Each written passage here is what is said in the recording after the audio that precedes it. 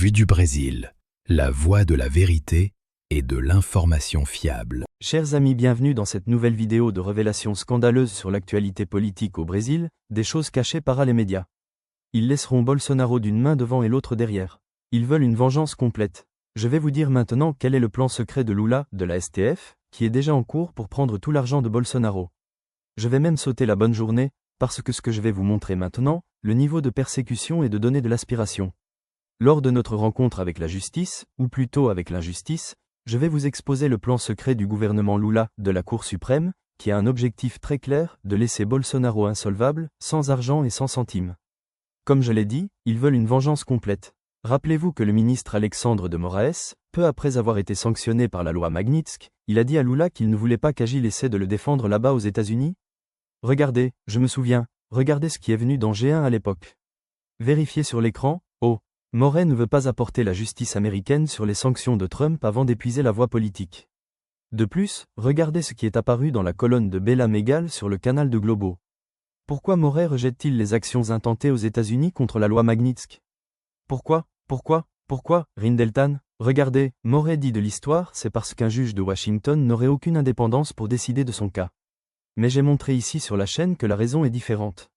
Moraes sait que s'il appelle la justice américaine, cela donnera l'occasion au gouvernement américain de révéler tous les cas d'abus, de illégalité, de violation des droits de l'homme et de morale, un par un devant le tribunal, en éclairant encore plus sur tout ce qu'il a fait de mal, d'injustice, d'absurde ici au Brésil.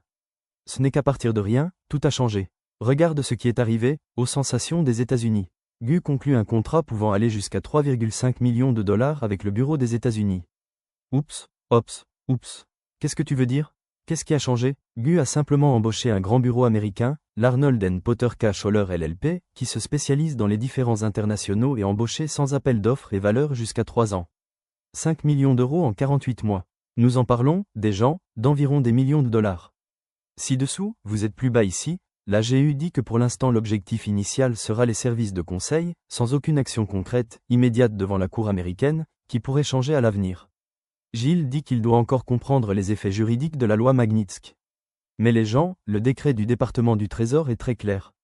Il faut vraiment payer 3,5 millions de dollars pour qu'un consultant inutile répète à Gilles tout ce que nous savons déjà sur la loi Magnitsky. Oui, ici, le plan secret de vengeance du gouvernement Lula et STF contre Bolsonaro entre en action. C'est là que ce plan est révélé. Regardez cette histoire ici qui est sortie sur CNN. Gu veut facturer le coût de la famille Bolsonaro de ses bureaux aux États-Unis. Là, classe, pour bien comprendre, la moitié du mot est assez.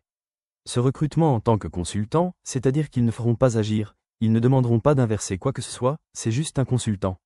Et cette action consultative est tout à fait inutile, pour les raisons que j'ai déjà expliquées ici et pour une autre personne dans l'histoire n'a réussi à annuler les sanctions de la loi maquillée en justice américaine. Seules 2 personnes ont quitté la liste et étaient sur décision du département du Trésor lui-même. Gilles sait donc très bien qu'il n'y a aucune chance de l'inverser là-bas au tribunal américain. Pourquoi dépenser tout cet argent? Oh, parce que c'est une manœuvre pour que vous puissiez facturer cet argent de Bolsonaro et laisser Bolsonaro insolvable. Parce que 3,5 millions de dollars ont vu près de 19 millions de rentes dans la conversion d'aujourd'hui. Et de qui sera chargé? À qui? Par Eduardo Jair Bolsonaro. As-tu compris la pièce? Ce ici, les gars, c'est la vengeance. C'est la vengeance parfaite de Lula et de la Cour suprême contre Bolsonaro. Presque une manie de la STF contre Bolsonaro. Ce qu'ils disent, c'est que si l'on fait appliquer une sanction financière de la peine de mort contre Moraes, aujourd'hui, il va faire la même chose avec vous. Nous facturerons chaque centime en dollars pour cette embauche américaine. Et souvenez-vous, embauche inutile, parce que cela ne changera absolument rien et cela ne fera même pas changer de cap au gouvernement américain et à Donald Trump. Pour qu'il change de cap, nous savons déjà ce dont nous avons besoin. Une amnistie est nécessaire, des abus doivent cesser, il est nécessaire de cesser les persécutions. La seule raison de cette embauche, la seule chose qui a du sens est de retirer tout l'argent de la famille Bolsonaro. Jetez un œil à ce que l'histoire parle ici-bas.